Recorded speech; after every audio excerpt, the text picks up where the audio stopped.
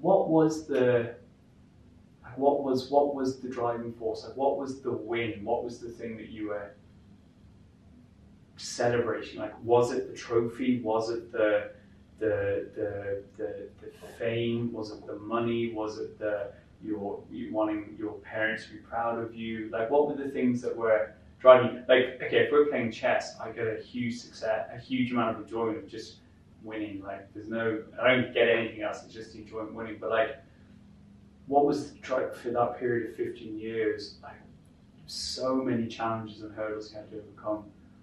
What were the real driving forces, and what were the things that were just pushing you to keep going?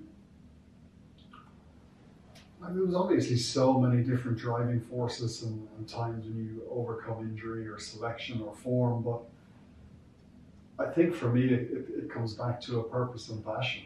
And ever since I was the age of 5 or 6 years old, playing rugby professionally for my country and province of Leinster was the only thing I ever wanted to do. And I suppose it became so ingrained in my identity as a person that injuries and selection and form and all of those other things just became secondary a little bit. And I think I was probably quite honestly just prepared to go through anything to get those caps for my country and to continue to do what I wanted to do since I was a child.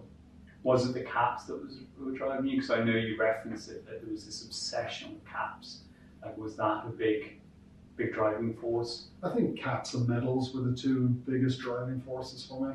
Why caps? I understand medals. Like, that's obvious. Because caps it's a very specific number that is beside your name, the amount of times that you've played for your country, or the amount of times that the specific coach has picked you. And you go through so many times in your career where there's always so many opinions out there and people always have something to say. But I knew from very early on that two things that no one could ever take back against me, or they could never take away from me at the end of my career or during my career, would be a medal or a cap. And that was the one thing that would always be in a history book. And that's, I think, why I focus so much on those two things. Mm.